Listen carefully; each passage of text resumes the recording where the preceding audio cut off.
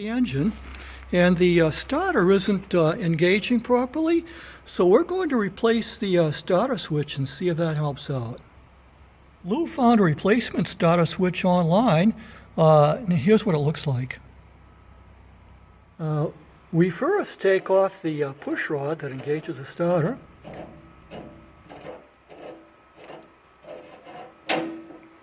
And next we take off the wire going to the starter.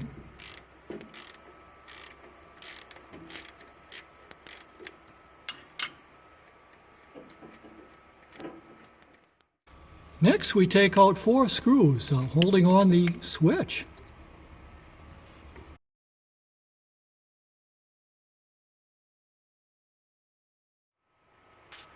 The old starter switch now lifts right off with the 4 screws out.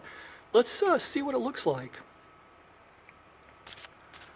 Right away we can see some marking on the copper contact on the starter, and there's also a lot of pitting on the switch where it makes contact.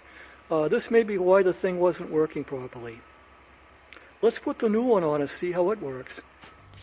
First, we'll try to clean up the copper contact on the starter using some steel wool.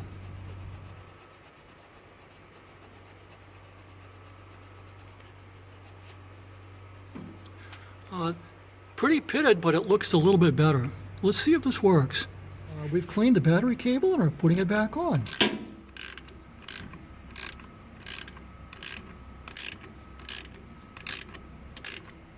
Let's give the new switch a try. I'm going to press it by hand.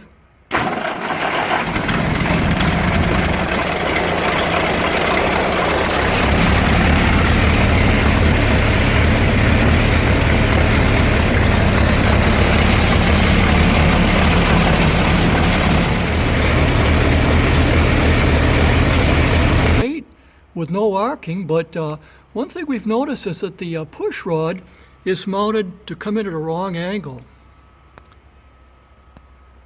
So we'll have to move that push rod to be straight in, no problem.